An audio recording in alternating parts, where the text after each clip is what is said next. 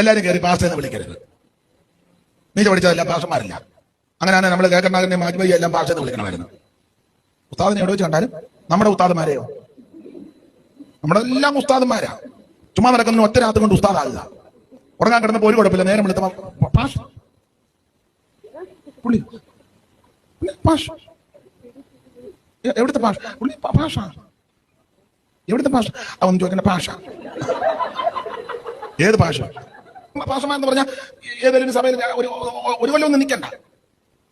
2 പാട്ട് പാടി 3 മറുഭാഷയും പറഞ്ഞ ഓർഗൻ വായിക്കുന്ന ട്യൂണിലൊരു മറുഭാഷ ഹല്ലേലൂ ആ ട്യൂണ് വരികയല്ലേ. നമുക്കത് കേൾക്കുമ്പോൾ അറിയാം ഇത് ആത്മാവിലൊന്നും അല്ല, ഇവൻ ഇതിന് ട്യൂണിൽ അങ്ങ് മനസ്സിലാകുന്നില്ലല്ലേ?